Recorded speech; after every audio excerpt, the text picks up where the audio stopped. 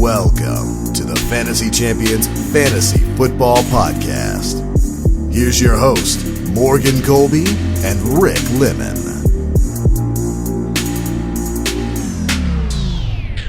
Welcome to the Fantasy Champions Fantasy Football Podcast. As most of the fantasy community is currently doing right now, we are in the middle of a rookie mock. Oh, not a rookie mock. It's not a mock draft. It's a real rookie draft. Yeah. It is a complete catastrophe. And I think I'm going to be in like 2 this week. So good luck after the 305. You're still better. Honest to God, we were both trying to trade up. Nobody opened no. I sent like DMs to like 4 people. Nobody even opened it. It was kind of sad. Yeah, whatever. We're gonna get like a freaking dash. Bro, I still got Dwayne Brown and Nico Collins. I wanted Elijah Moore though. It's gross. Disgusting. It is it's gross. Absolutely disgusting. No, it is gross. Yeah. So today we have a very, very interesting podcast for you. You know, because the NFL freaking draft was Sunday. I said Sunday. Thursday, Friday, Saturday. Thursday, Friday, Saturday. It was last weekend or this past weekend or whatever you want to say. The NFL draft just happened. So today we're going to do a little NFL draft recap and do some NFL draft winners and losers. Fantasy related. A lot of people do the winners and losers. I just want to talk about the players. Yeah, and like landing spot. Yeah, landing spots, because you guys love that. I'm a landing spot guy. It determines pretty much everything. It was funny because I looked at the running backs. We'll talk about them in a minute, but you could rank them how they were drafted, which is kind of funny. Exactly the order that they were drafted pretty close, is how I would do it. But anyway, what were you going to say? Sorry. I do think talent does matter a lot, but like there's people for some players, yeah. There's people that are like, where you're like landing spot over talent, and then there's people that are talent over landing spot. I kind of try to have a healthy balance of both, because if like there's 2 players and they both have like average, or one has like slightly better landing spot, but I thought in similar draft capital, and one I just thought was a lot better. Yeah, I'm gonna take the player I think is more talented. I keep hitting that one button and it's not the right one. But then for me, you landing hear, spot like the is kind of Siri like thing in the background. It's me scrolling with my computer. Continue. Sorry. Landing spot and draft capital. Like if you have bad landing spot and bad draft capital, yeah. Seth Williams, it's kind of hard to overcome that. This is the time of year where you realize that some of the guys you thought that were really good just aren't, or at least NFL teams don't think they are. For example, at the wide receiver position, Thailand Walls ended up being a 4th round pick who fell as the second wide receiver taken by the Baltimore Ravens, and he's probably going to be like the 4th or 5th wide receiver. So he was talked about a lot, and he's probably just going to be nobody. Nobody. I think everyone that was pretty good went high. The Terry guy. Tamaron Terry, I think went his name undrafted. is. He went completely People undrafted. thought he was going to be like a 4th round pick. Right. So it's just interesting to see how some of these guys that should have been 5th, 6th round picks ended up going really high. So for me, draft capital matters, and if a team falls in love with a player and they actually like the guy and he goes to whatever team he goes to, then you have to take that into consideration. What we're going to do here is obviously mix talent with talent, a player with draft capital and landing spot, and put those 3 things together and tell you whether or not you should be drafting them, whether they were winners or losers in this particular draft. It's really more, we call it winners and losers. Now, when you talk about winners and losers, a lot of people throw in like, okay, Daniel Jones got Kedarius, Tooney, or a better example would be the Bengals getting Jamar Chase, so that helps Joe Burrow and he'll be a really good. I don't want to talk about that. I'm not going to say Joe Burrow's a winner because of his draft or whatever. I'm going to say we're talking about the individual players. So we're going to try to go through these relatively fast. Obviously, the quarterback position. Trey Lance. We'll start with the quarterback position. We'll start with the quarterback position. We talked about Trevor Lawrence for the last 2 months going to Jacksonville. We knew that was happening. Your quick thoughts and analysis, and this will be the last time we talk about landing spot for Trevor Lawrence. Yeah, I mean, it's okay. It's probably better than the Jets. I'll give you like 2. Oh, it's my pick. I can get Freiermuth. Oh, yeah. 307. He went with Taylor. So that dude, gross. Yeah, man, it's fine. I mean, he'll be okay. I think, we're hoping for a Justin Herbert rookie season. They addressed the offensive line a little bit, not as much as I wanted to. They did not really address a receiver. They did get Etienne, who is going to play a pass catching role. Yeah. I mean, it was a fine draft for the Jaguars, but I think Lawrence isn't a winner. He's not a loser. It's just we'll see how it goes with him. But it's nothing that gets your eyes popping, Yeah, so Zack Wilson went off the board. Obviously, we knew Jets landing spot 1-2. Yep, and we kind of knew that one already. I'm going to say I'm not sure. I think people are getting crazy about Zack Wilson. And what do you mean crazy? It's so funny. There is hate on Twitter for Zack Wilson. That's what I mean. Oh, okay. Crazy in that way. I loved Zack Wilson. Everybody didn't like him, and then everybody liked him. And then I was like, okay, let's pump the brakes. I don't know if he's the second best player. Yeah. And now all of a sudden, nobody likes him again because he's officially on the Jets. But it's like, like I've seen him go like late first round in a lot of these rookie drafts so far in super flex, and I'm like, and then I showed you the tweet earlier that somebody in the fantasy community was saying that if you take Zack Wilson over Kyle Pitts and Trey Lance and Justin Fields, like you should be put in a mental asylum or something like that, which is like I wouldn't take him over those guys, but I would take him over Pitts probably just because of the quarterback. Like the Jets had Mekhi Becton. Yeah, they added Elijah Vera Tucker. So the left side of that offensive line. I was like, whoa, you're throwing names out. The left side of that offensive line is very, very good now. Right. And they had a piece or two on that. Like they're building around. They're doing what they didn't do with Darnold. He has actual weapons. Denzel Mims, Corey Davis, Elijah Moore, Jameson Crowder still on the team, even though he's kind of an old man now. They went out and got a running back. He's got some talent around him, and it's not the best situation, but I don't think it's not the worst situation possible, like some people are saying. It's not good, but they are at least building around him. I'm gonna say like Trevor Lawrence. I don't know if he's a winner or a loser, and I'm gonna say for Zack Wilson, it just depends on the coaching staff. Because Adam Gase was bad, and that was mostly why Darnold was bad for the last 2 years. And before that, the coaching staff was also bad then. You have Robert Saleh. He's getting his opportunity. He was on a very good team with the San Francisco 49ers. They brought over the quarterback's coach, I believe, from San Fran. Coordinator. And now he's the offensive coordinator. He's trying to build the same offensive system. Which would be good for Zack Wilson. Which would be great for Zack Wilson. The question is, does it work? Or does the New York Jets continue to be... Because sometimes, even if you have a good coaching staff, your front office and your team just blows. That's why Jacksonville has been bad for so long. Their front office is just not good. And because of that, he's probably my QB4 in fantasy. I think, the two guys behind him that got drafted, I would say, Zack Wilson goes to San Francisco, winner. Zack Wilson goes to the Bears. I would say he's a winner. If he went to the Patriots, he is a winner. Jacksonville, you can make an argument. I think he's a loser because this is the one landing spot where it's just not. He's a loser, but not exciting. I wanted to say was I want him to succeed, and I think he can. I think this is not the best place for him to succeed. He is a loser. My point is it's not as. In the winner-loser thing, his landing spot situation is kind of a loser, but it's not as bad as some people are making it up to be, where they're like jumping off a cliff. Yes, fair. That's my point.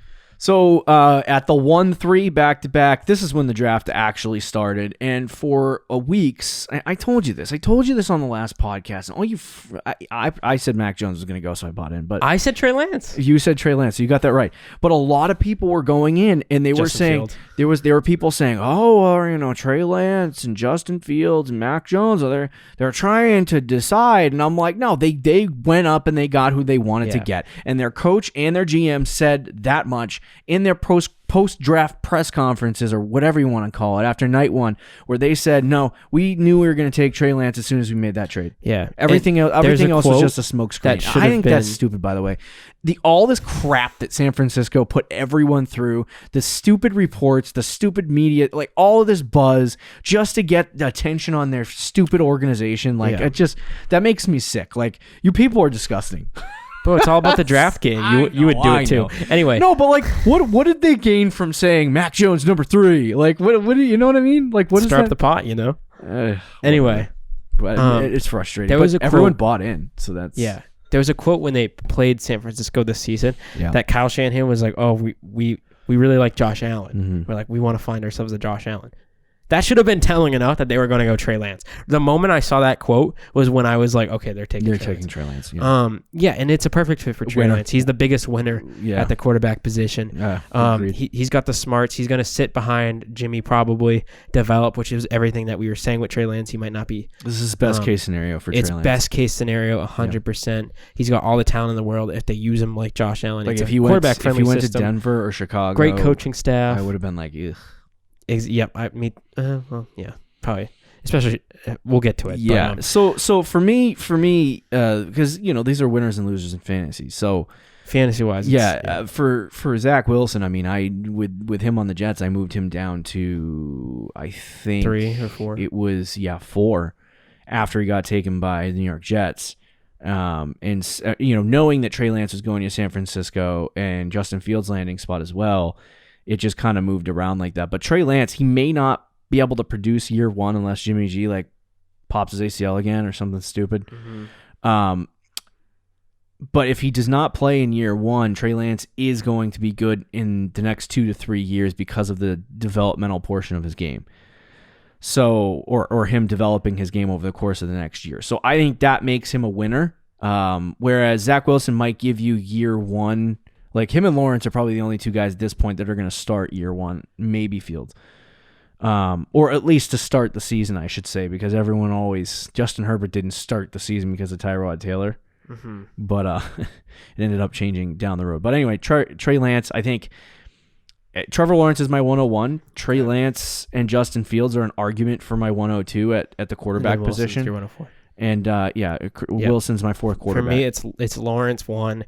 Trey Lance 2, Fields 3, Wilson 4. But I would agree with that. And then so at 111, Bears trade up, snipe the Patriots, and take Justin Fields. Rick was I should have recorded that because it was just utter disgust on his face. Like he expected the Patriots to either trade up or I wasn't necessarily expecting to trade up, but when it said there has been rumors for weeks heading into the draft that they liked Fields and they were willing to trade up for him. Like the groundwork was there with Carolina, which was a Bleacher Report or Albert Breer report that they were willing to trade up to 8, and the guy was Justin Fields that they were targeting. That was a report from NFL Network. So it popped up on the screen. Yeah. That who is it? The Giants had made a trade. Like they're trading the pick. And we were like, oh, here we go. And in my head, I'm like, oh my gosh, they just did it. They just traded up for Justin Fields. I'm about to take my pants off. And then it said Bears, and my heart just sank. It took you like a couple days. It took me a full like 2 days, yeah. So Justin Fields for me, this is an interesting one because I do like what the Bears have offensively. I like Allen Robinson. I like David Montgomery. I like their offensive line. I think the one piece that they have been missing is the quarterback position, and they got rid of Mitch. And they have Andy Dalton and Nick Foles that are, still in Chicago. Yeah. And so those 2 guys were going to fight over the job. They told Dalton he was going to be the starter week 1 when they signed him. And then they go out and get Justin Fields. So the question is that everyone wants to know is does Justin Fields start week 1? I don't know the answer to that question. But he should. I think at some point during the season, the fact that the Bears were winning, they were like 3-1, 4-1, and they decided to pull Mitch last season.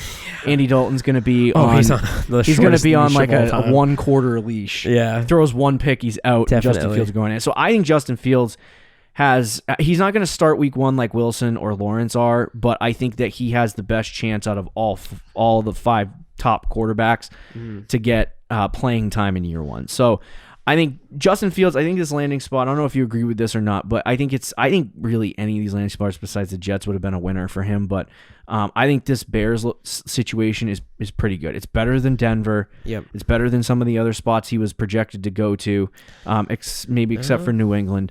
But I think him going to Chicago, it locks him up with his rushing floor and a lot of the stuff that he provides with his arm. He is, to me, the second best quarterback in this class. Yep. I think he's the second best quarterback in fantasy, and I think this is a massive win for Justin Fields.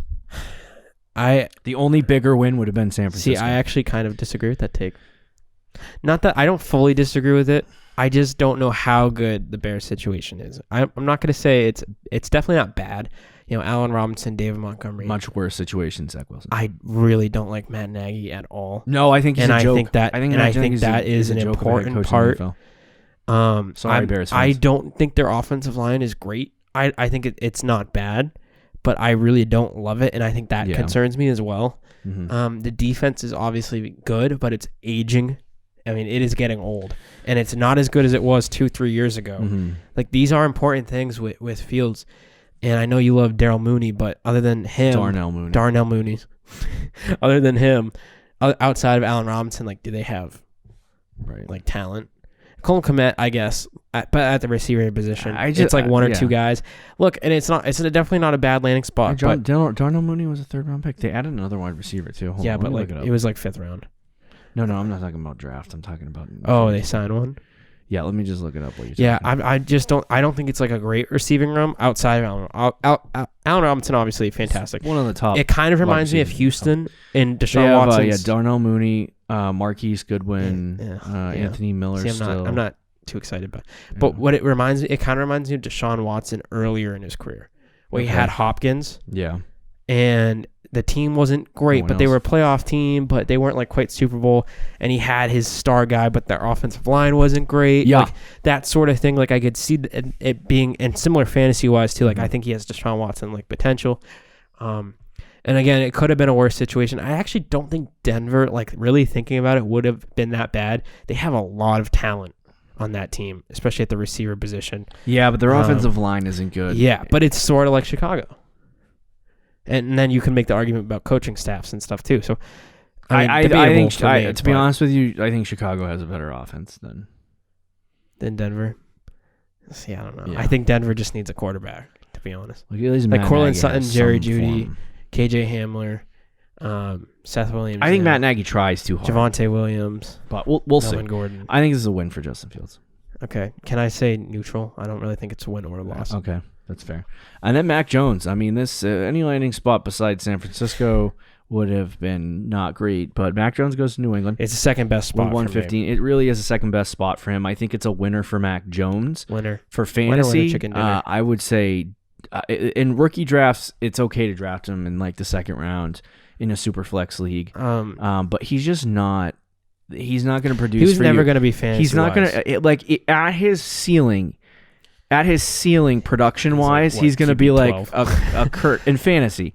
He's going to be like a Kirk Cousins, Tom Brady, which is between QB 9 and 12, which is probably where he'd end up. So he can't provide any rushing floor. Like, I would have a hard time. Passing, it's going to be all passing. I have a hard time believing that Mac Jones can one quarterback leagues. He's probably never going to. Yeah. Be that effective. So for Mac Jones, I think this is best possible scenario besides San Francisco. Yeah. And he'll have some success. Think I don't know if he's going to play. I'm going to say it's still a win because I felt that way anyway, no matter what his landing spot is.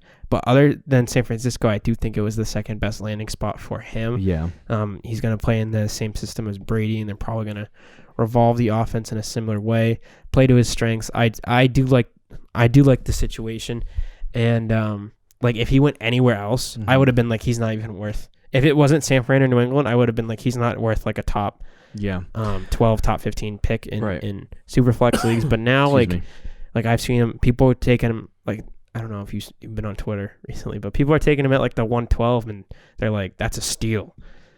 Like people are legit, and I don't think that's where he should go to me, but like in that range now, and I'm okay with it. It like to be a QB2 for if you need a QB2, need a QB3. I think he's perfect in that spot. Yeah. But yeah, his ceiling is definitely, he's clearly the 5th guy, and his ceiling isn't as high as any of the 4 guys ahead of him. I just don't think he has that high of a ceiling in fantasy. And then just quickly on these other guys because we're running out of time. I didn't want to spend. Do we have to even talk about quarterbacks? No. But we had Trask go to Florida. Gross. Law. I don't care what team he went to. None of these guys not winners or losers, but I just want to say where they landed. Kellen Mond comes in for Minnesota. Did you hear that report by Minnesota? By the way, they wanted Fields. Oh yeah, I heard that. And they settled for Kellen Mond. Oh.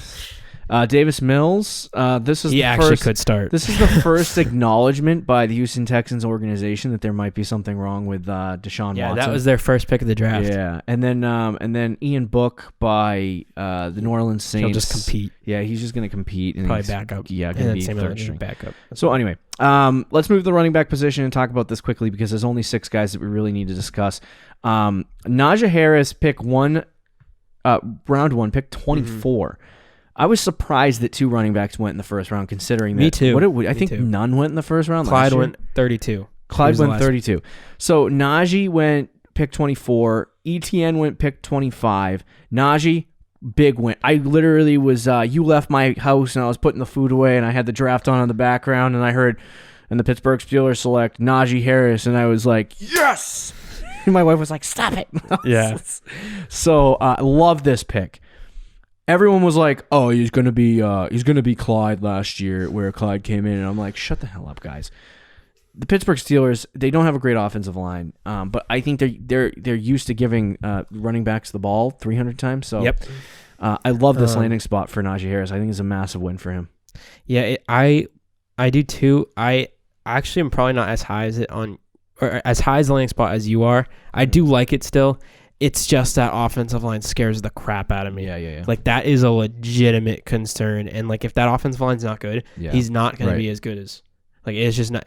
He can't overcome how bad the Steelers' offensive line was last year. There's no running back in the league that can.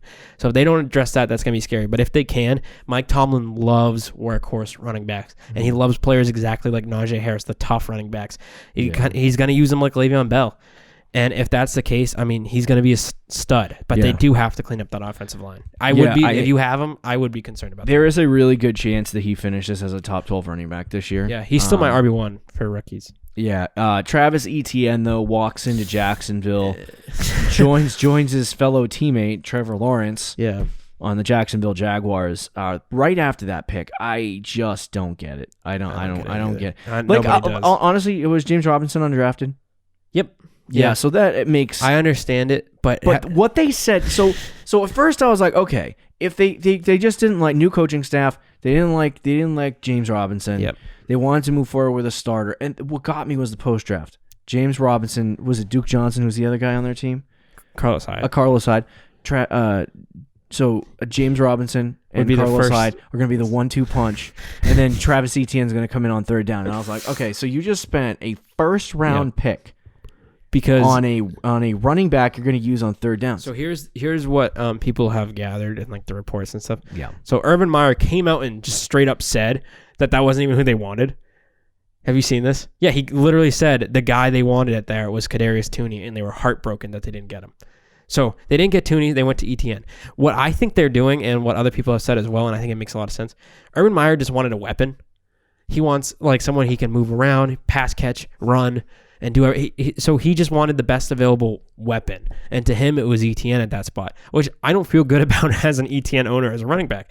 Now, granted, he does have the first round capital. He's got pass catching ability. He's Trevor Lawrence's teammate. There's things you still like about it, but year one might be really tough. I'm not gonna lie. Year one might be tough. The running back position, usually, if you're drafted in the first round, there's a good shot that you finish at least as a top 20 running back. Yep. And I just don't see that. We're going to have to wait through the offseason because this is one of those situations where you're going to have to I'm going to buy in rookie drafts. I'm going to buy the talent. Yep. If you need a running back, I'm going to buy the talent over the situation because I think that eventually Etienne's he is a better running back overall than James Robinson. And I think that him coming to the Jacksonville Jaguars, I think that talent will win out eventually, especially if Robinson doesn't fit well with what they do in this system. But if they continue to push he's going to be a third down back situation. that scares the freaking crap out of me too, man. I will say what gives me hope. James Robinson is a free agent next year. Mm-hmm. So, okay. Not that he's not going to get a team that. Sorry, I don't want to break your soul. We could, bro. Atlanta's starting running back is Mike Davis this year, so there's teams out there that could use James Robinson, and he would be their starting running back. But nevertheless, either way, he might still leave Jacksonville, right? And if he does that, Etienne for 2022 Could be and really beyond. good. Yeah. Could be really good. So like I said, I don't think the spot is a win for him right now. I think he's it's a kind of a loser situation for him. But I think it can turn into a winning situation in a couple of years. I really like Etienne, and I think he's going to be good. But that would be enough for me to move him down, maybe one spot for the next guy, Javonte. I already had that was my rankings already. So Javonte then goes 2-3. So basically, the big three at the running back position gone. 35 picks. First 35 picks are just gone. And he goes to Denver. Now, at first, I was like, no, I hate this. I was like, why? Yep. And then I was like, well, I had the exact same. Melvin misses like on average 25 games a season. So no, he actually missed probably like 4 to 5 games a season. So if he misses time this year, Javonte can come in and fill that void and maybe take that role. There were a lot of guys last year, a lot of guys that were drafted. Jonathan Taylor, Marlon Mack in front of him, right? Mm-hmm. DeAndre Swift had Kerryon Johnson, Adrian Peterson in front of him. You had J.K. Dobbins, who had Mark Ingram, Gus Edwards in front of him. Yep.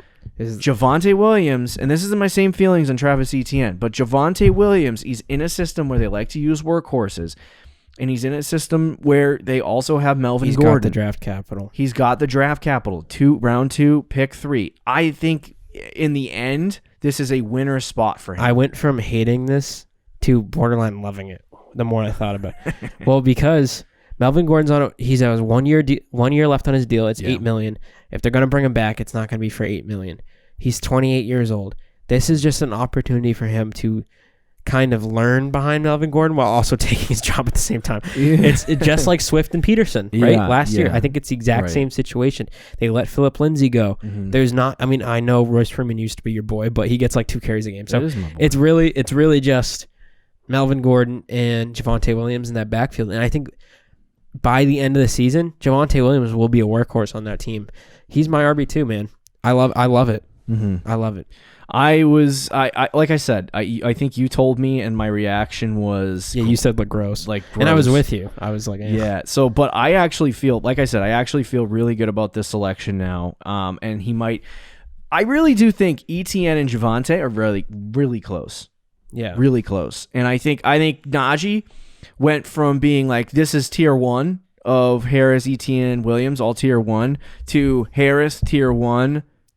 Etienne, Javonte Williams, tier 2. And at least that's for me. Yeah. But anyway, the next 2 guys, because we only have 2 more guys. Yeah. Everyone else, do not come to me about Chuba Hubbard. I swear to God, if you guys come to me about Chuba and say, oh my God, this guy's great. You think I should take him in the first round? You know they're going to get rid of Christian McCaffrey next year, right? He's not going to be on the team, and we got to get Chuba the ball. Chuba's getting 200 carries. Get out of here with that. He's going to get like 20 snaps all season. What about Kenneth Gainwell? I think he's getting 100 targets. Stealing Miles Sanders' job as a pass catcher. Yeah, right. Dude, so anyway, anyone after the there's 5 running backs. There's 5 running backs. 6. Is that 6 or 5? It's 5, bro. Count. Okay, all right. I thought it was 6. There's 5 running backs. Forgive me, buddy.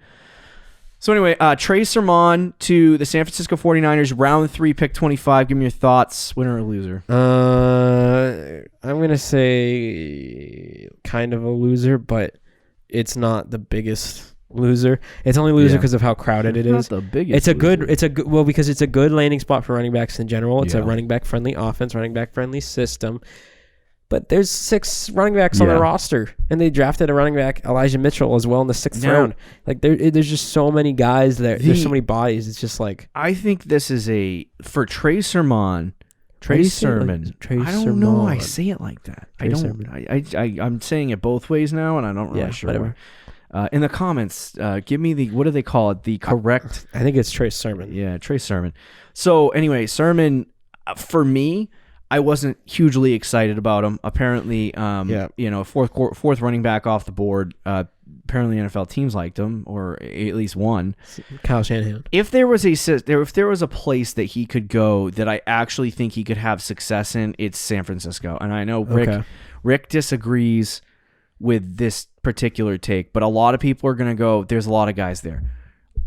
didn't the fantasy community last year go through this whole situation where we were like, oh my God, we love Raheem Mostert? Within that same exact situation. No. Yeah, a lot of the fantasy community. He ended up, what is a 4th round pick?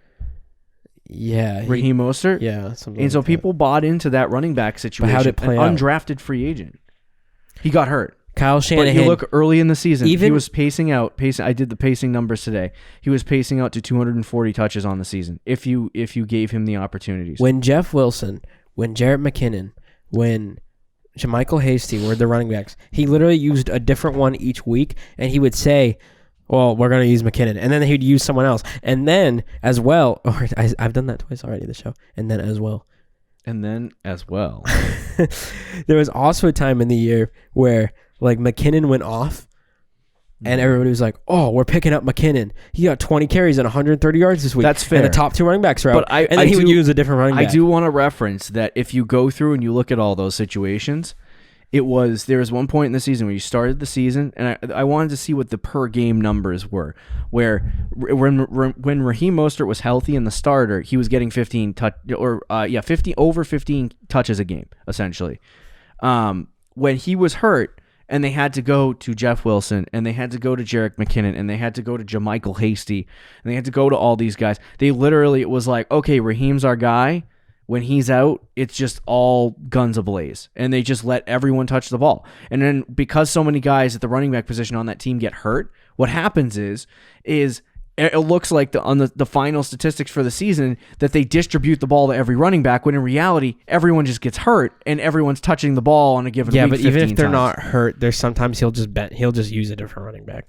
Not with Mostert, but with the other guys. Maybe there was games. But like I said, go look at the per game stats for them, and you'll see that they do give one guy the ball a lot. That's true, but what my point is, it literally changes. Unless it was Mostert, it would change game to game. Sorry for the ding. And it wasn't even always injury. No, I have it off. Oh, okay. It wasn't always because of injuries. Do you want to join that real fast? Middle of the show, planning the next show. Yeah. Go ahead. Sorry. Yeah, like I owned McKinnon, so there would be weeks where he's the starter, and then he got 4 carries and they gave it to Jermichael Hasty like 15 times. I get what you're saying. There was always one guy that kind of had the majority of the carries in the game, but I'm not like that. Do you want to rely on that? No, but. And I also think Mostert's going to be the starter. Here's my point in this whole conversation is that I would take him as a flyer. I think Jeff Wilson Jr. I think by the time the season starts, Trey Sermon, I almost said it, Sermon, but Trey Sermon is going to end up being the running back 2 on that team. He's going to jump Jeff Wilson. The draft capital is there. They got him in the 3rd round. I think they're picking up a guy that they like to not start for them this year, but a guy who doesn't get hurt, essentially, because all their running backs get hurt every 5 minutes. Yeah. Even if you go back to the Matt Breida days, yep. He got hurt every 5 minutes. So I think right now, like anywhere else Sermon went, except with the exception of a couple of teams who needed a running back, like if he went to Miami, I think that would be a good spot for him. But he's just not a great pass-catching back. He does just rush the football mostly. He'll probably add, like, in a season, if he's starting, he'll probably add, like, 15 to 20 catches total on the whole season. See, I think there's teams like the Falcons, I think, would have been a better landing spot. But I think that the offensive system is good, and I think that if a guy like, Raheem Mostert inevitably gets hurt, then Sermon can come in. I think he can surpass, because he's a 3rd-round pick, he automatically surpasses every guy after Jeff Wilson. So he's automatically the 3rd. He's automatically he's the my 3rd RB5 on their roster.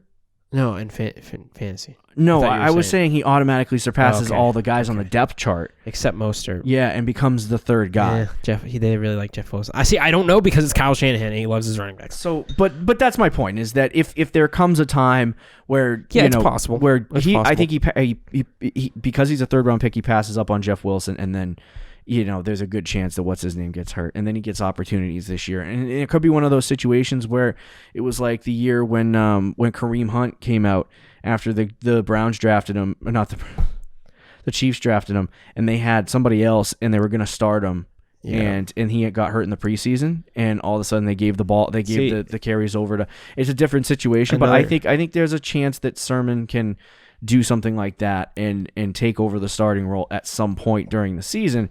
But I think your concerns of an RBBC are fair. Now in a rookie draft, I also think he's kind of Zach Moss in a good that's fine. System. But in a rookie draft. 4-round rookie draft, and you have him going off the board at like early third round. That's easy money in a draft where after 305 or after 304 you don't have any running backs. I would definitely take him early third, but I'm not taking him over some of those receivers in the second round. Maybe late second, early third. If it's like a 12 team, take him late in second. Fair enough. With that. So anyway, I think it's a winner spot for him. And then Michael Carter 4-2. I would take him over Sermon. Fair enough. But he went 4-2. The draft capital. Everyone's like he's a day. Everyone was like, oh, he's a day 3 guy, and I'm like, yeah, by two picks, by 2 picks, guys. So but Michael Carter goes and joins the New York Jets. I think this is going to be a backfield. I want to believe Michael Carter is going to come in and be the starter because I think he's good enough to do that. Yeah. But he's going to have legitimately. This is going to be a 50-50 split here in New York with LaMichael Pirine because they both are 4th-round picks. So I agree with that, but I think Michael Carter might have the pass catching, and if that's the case in PPR, he's going to be potentially fantasy valuable. And if he's good enough on the ground, who knows? He might get the majority of the work because they're not committed to LaMichael Pirine. So if Michael Carter has the opportunity to get a lot of work in that offense. And again, they have Mekhi Becton, Elijah Vera Tucker. That offensive line is better than people think now. If Elijah Vera Tucker ends up being a good player, I mean, he could be a bust. But if he's what people think he is, that offensive line is not horrible now. Fair. And that's not a bad spot. And he's also coming from the coaching staff is the San Francisco coaching staff that will probably run the same sort of run attack as they did in San Francisco. And I think that's all good things for Michael Carter. I love this spot. He was my RB4 beforehand. He's still my RB4. I have him ahead of Trey Sermon, and I would probably take him in around the same area, though, like late second round. Yeah, that's fair enough. I like him. I actually like it, I don't know. I think he's a winner spot for him. Winner. He's definitely going to get more opportunity, but I think there's other places that he could have landed that would have been better. We want to fly through receivers now because we've been doing this for like a while. Yeah, it's only been like 36 minutes, bro. Well, for us, that's starting to push it. I know. Hold on. So anyway, let's move on to wide receivers. Okay. So there's a bunch of guys taken off the board. I don't want to go past round 4, so you guys can take a leap on that. And we'll quickly go through some of these guys. I don't want to spend an hour on each one, Rick. I blamed it on you.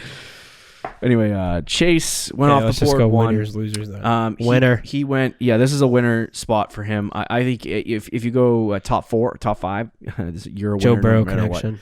He has the Joe Burrow. I saw somebody on Twitter trying to make the argument that he just doesn't have. He's not going to have a connection with Burrow, and I'm like. Do you know? Do you watch? Was that a joke? Like I don't watch college football, but he plays for the same college football team. Yeah, they were kind of teammates. They Burrow threw like 60 touchdowns.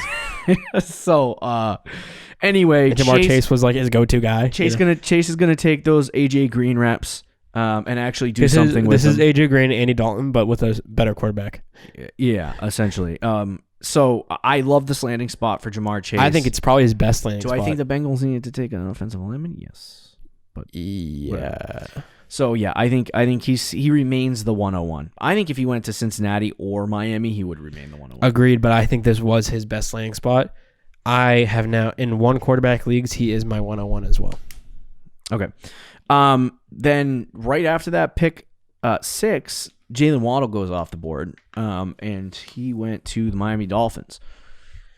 Another landing spot I like it. Winner. I think it's better than rejoining Tua. If you looked at the rumors where he was going to go, there was teams like the Cardinals and the Giants and the Eagles. The Eagles wouldn't have been as bad. We'll get to Devonta Smith, but to me, the Giants and Cardinals, there wasn't as much opportunity there. With the Dolphins, he might not be the number 1 guy, but he's reunited with Tua, who was kind of more his guy. Yeah. Now Devonta Smith's guy was more Mac Jones. Yeah. Jalen Waddle's guy was more Tua. Not that he didn't do well with Mac Jones, he did, but They had a connection there at Alabama. Miami really wanted a weapon. Apparently, Miami's had Waddle ahead of Chase. He was their wide receiver 1, so he's got great capital. They're clearly in love with him. And Devontae Parker is kind of, he's not old, but he's 28? Yeah, something. So I think he's going to kind of get pushed aside. It's going to be Will Fuller and Jalen Waddle. Fair enough. Yeah, and it's a good spot. Dub. Okay, yeah, he's a winner, I think. I'm not going to add anything else to that. Devonta Smith went off the board to the Philadelphia Eagles 110, so 3 top 10 wide receivers go off the board this year. It's absolutely absurd. I think this is a great landing spot for Devonta Smith, and a lot of people probably disagree with that. And the only reason why I say that, and I actually said at the draft, I think he could be this year's Justin Jefferson. I think he is. And I think the reason why is purely, he's a third wide receiver off the board, but I think it's purely because there is literally no one else. They did trade up to get him. They made sure they got him. Yeah, they made sure they got him. They traded up. They weren't going to get sniped for CeeDee Lamb, and it's funny they traded with the Cowboys to get him. Yeah. But anyway, I think that him in that situation with Jalen Hurts, who he also, I believe, played with Devonta Smith back in the early days. They did. I don't know if they really played much together, but they're at least teammates. They know each other. They have a connection. So, but anyway, Devonta Smith has literally no one to compete with besides Jalen Reagor. Yes, I love this landing spot. I think he could be this year's Justin Jefferson. He has a chance by the end of the year to literally be their wide receiver 1 in that offense. Right. So even if my only concern is how much are they going to throw the ball. Mm-hmm.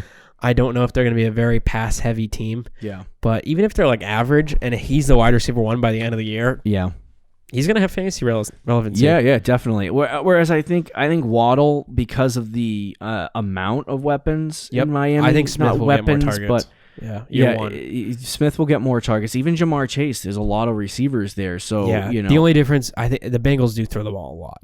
624 times to pace out Joe Burrow's numbers. Yeah. So, and then the surprise pick of the first round was Kedarius Tooney to the New York Giants. Yep. People hate Kedarius Tooney, and I think as a wide receiver, he's going to be competing with Slayton, Shepard, and Kenny Golladay for reps. And I think this is a spot where I don't think it's a bad landing spot for Kedarius Tooney, but I think he's a loser because he's not going to get any work year 1. Yeah, I didn't mind Tooney as much as other people. We took him like second round in a lot of our mock drafts, a late second, early third. Right. But yeah, he has the capital, which is good. But yeah, I don't like the Giants landing spot. I think Kenny Golladay is going to get a lot of work. Shepard is still there, and he's not like Sterling Shepard's a bad player. Yeah. Darius Slayton is still there. Evan Ingram's going to get targets. Saquon's going to get targets out of the backfield. And, is Daniel Jones going to light up the world? Like, I don't think so. Right. So we'll see how that goes. To me, I don't love it. Loser. Yeah, I don't love it either, but I still think where is he worth going in rookie drafts? I would take him end of the second. Okay. Next guy, Rashad Bateman, Baltimore Ravens, pick 27 of the first round. Big, fat, freaking loser. There's a lot of people on Twitter that are like, this is a great landing spot. I'm going to have 1 million shares of him. People are like, he's going to be the wide receiver 1. People are out of their minds. This is perfect. It's like either A, they wanted to talk themselves, they knew this was going to happen from the rumors, so they talked themselves into it a month ago, or they just were in love with Bateman that no matter where he went, they were going to like him. Right.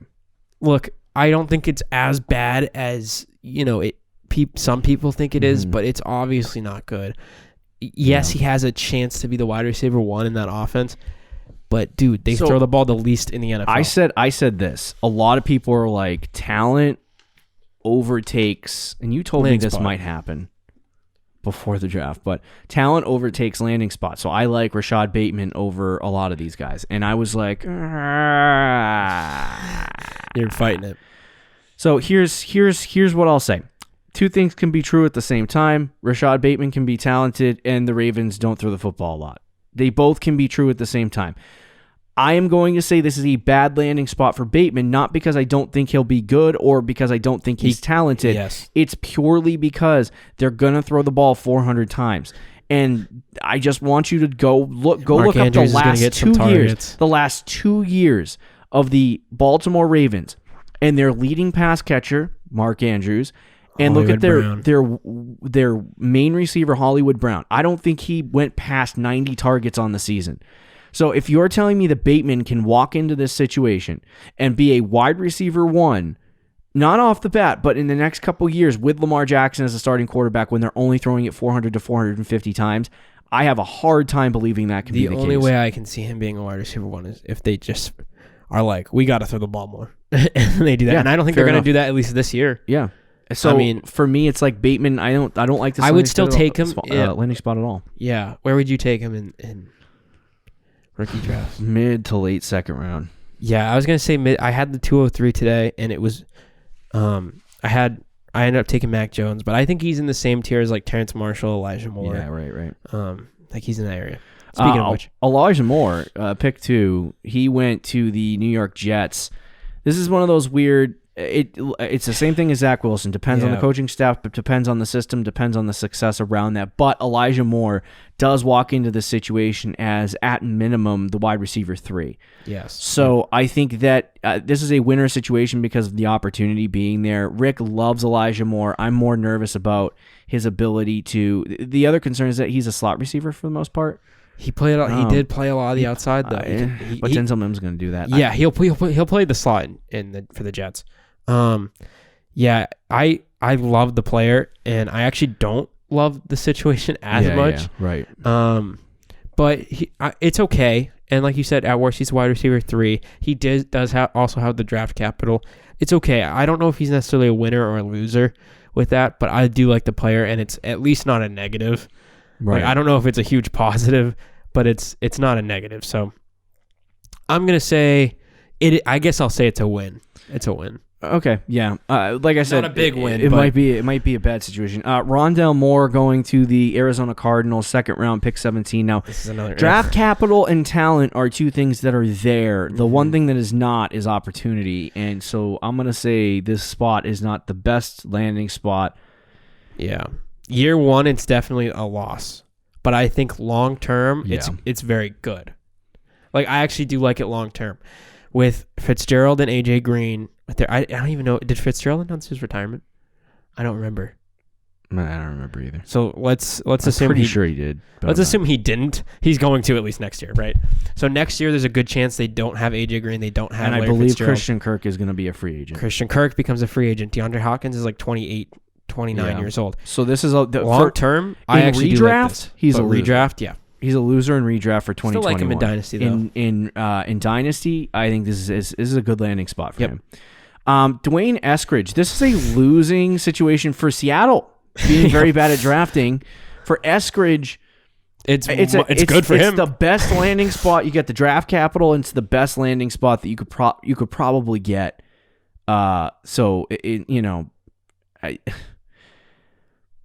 He's going to end up being like at best the 3rd wide receiver, and I don't even think he's going to get there. So this is I don't understand the pick for the Seattle Seahawks. And the other problem with Eskridge that you run into is the fact that Seattle doesn't throw the football a lot. And so if they do not throw the football a lot and they already have 2 wide receivers, they have a tight end, they have running backs that they like to throw the football to, this is going to be a situation where Eskridge is not going to get any opportunity. So year 1, not good. Long term, not good. Yeah. They did throw the ball a lot in the beginning of last year. So maybe they, if they decide to do that. Yeah. Then who knows? But yeah, no, I don't love it. Yeah. So then you have Tutu Atwell. I think this is also a losing situation for him, especially in redraft, but in Dynasty, it could be okay. Cooper Kupp is older. Tutu Atwell, it's just the big thing is that if you look at Tutu Atwell's like measurables and you look at his player profiler, it's just not good. It's bad. I just don't. He's fast. I don't. Yeah, he ran a 4.4. I just don't like anything about him. He's too small. He's going to get, if he really is 155 pounds, he's going to get pummeled across the I think middle. He's a little bigger than that. He's going to get squashed. Yeah, no, if he is, yeah.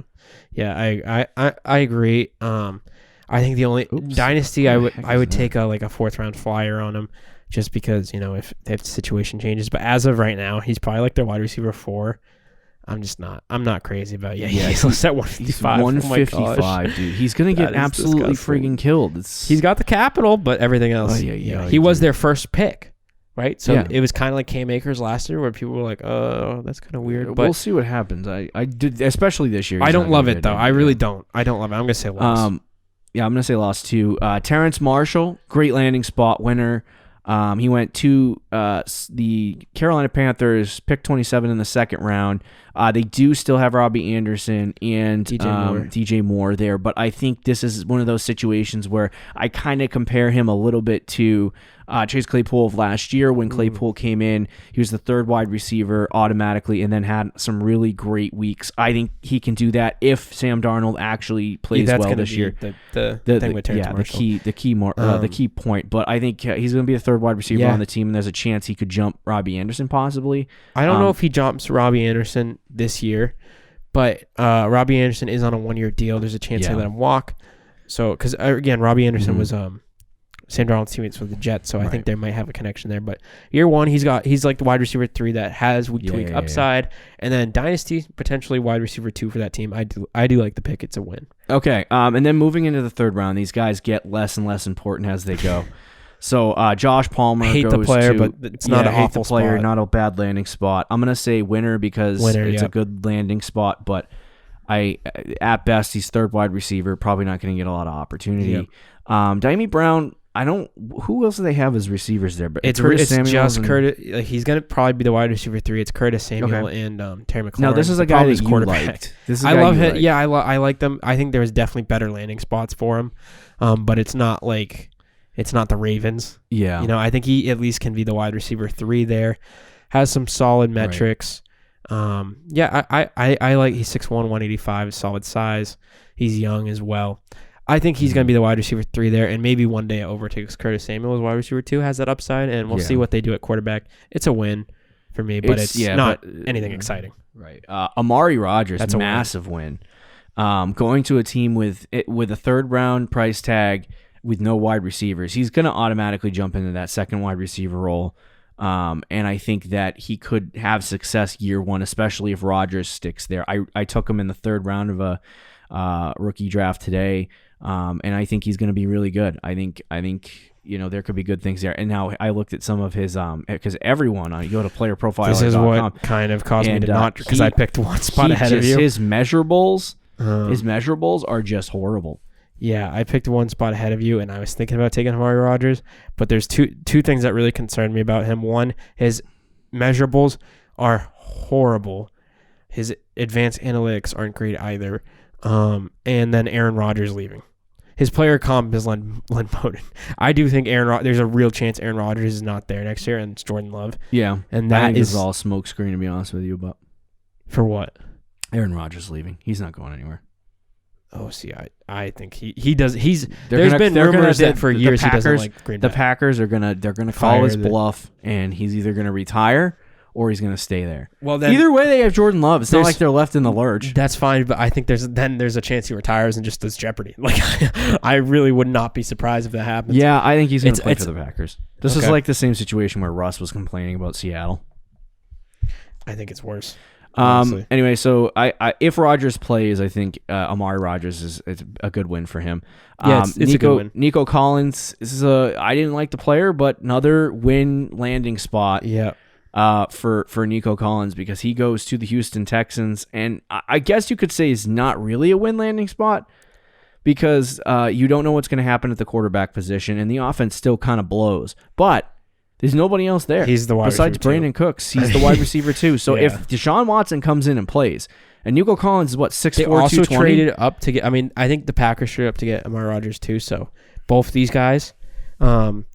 But for Nico Collins, I'm pretty sure Houston gave up like 3/4 to get. Like they gave him a lot to go get Nico Collins. So he's their guy. Mm-hmm. I like the lane spot. I think one of him, Amari Rodgers, or Dwayne Brown. I think one of those three guys is going to have good success fantasy wise, and then the other two will probably suck. Yeah. And then Anthony Schwartz, who ran the fastest pro day 40 time, gets drafted by the Browns. I don't see him having any kind of. It's not a bad landing spot. Could be worse, but he's probably just going to be. First of all, it's a run heavy team. Middle.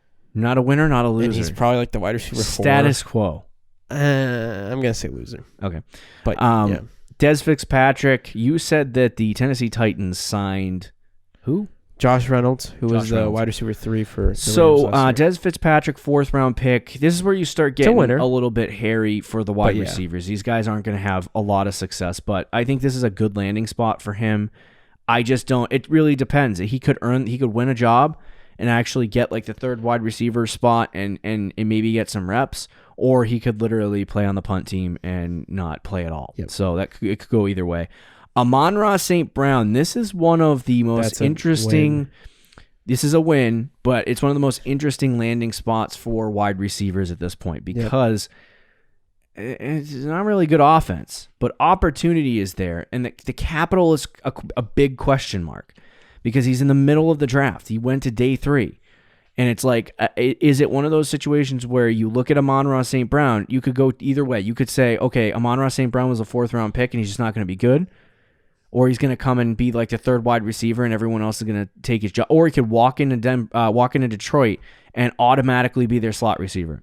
Yeah.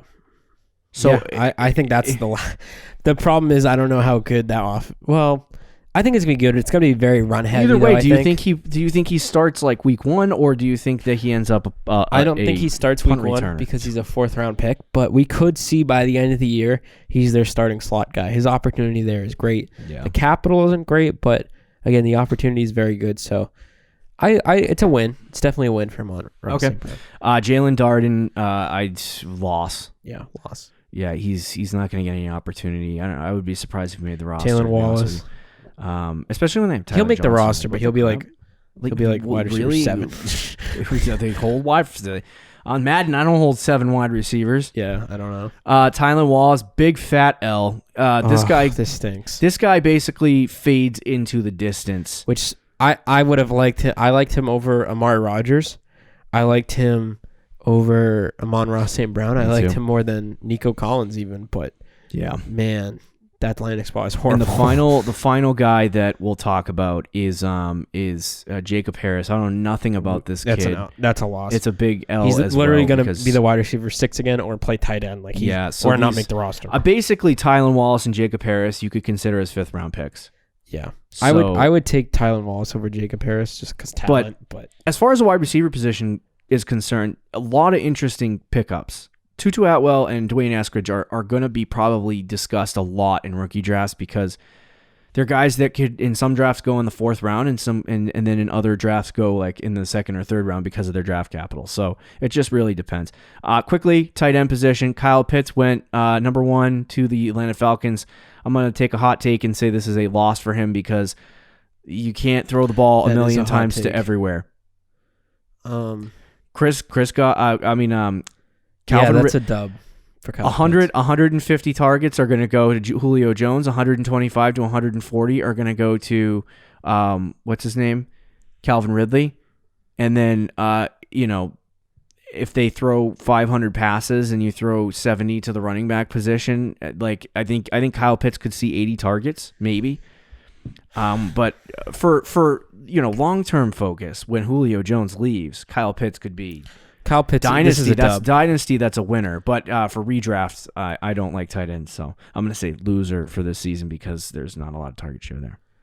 For this season, there's not a lot of target share, but for this season it's iffy. But long term, I think it's a massive. Okay, and then Pat Freiermuth went to Pittsburgh. It could go either way. Hunter Long goes to long Miami. Term, I like third round. Another loss. Yeah, and Tommy, the biggest loss of the draft was Brevin Jordan, 5th round. Tommy's a dub. Don't skip over Tom. Brevin Jordan, who was considered the 3rd best tight end in this class by a lot of people, fell to the 5th round to Houston. So. Hey, he might get opportunity. We'll see. 5th round. But 5th round, yeah. But anyway, so there is your NFL draft winners and losers recap. Very interesting. Do you got a favorite landing spot? Which position? I'm going to say Najee to Steelers, man. I can't keep it. I can't keep that down. I love it. It's pretty good. I like Chase to the Bengals. Okay. That'll do it. I had to find the outro track again. I get to look over to my left. Thursday, we have a rookie mock draft. It's going to be our final rookie mock draft of the season. We might do some startups, some startup drafts. Yeah. We're going to obviously do some redraft drafts, but we'll see you Thursday, my friends. See you guys later. Thank you for listening to the Fantasy Champions Podcast. Make sure you subscribe on iTunes and YouTube and follow us on Twitter @TheFFChamps.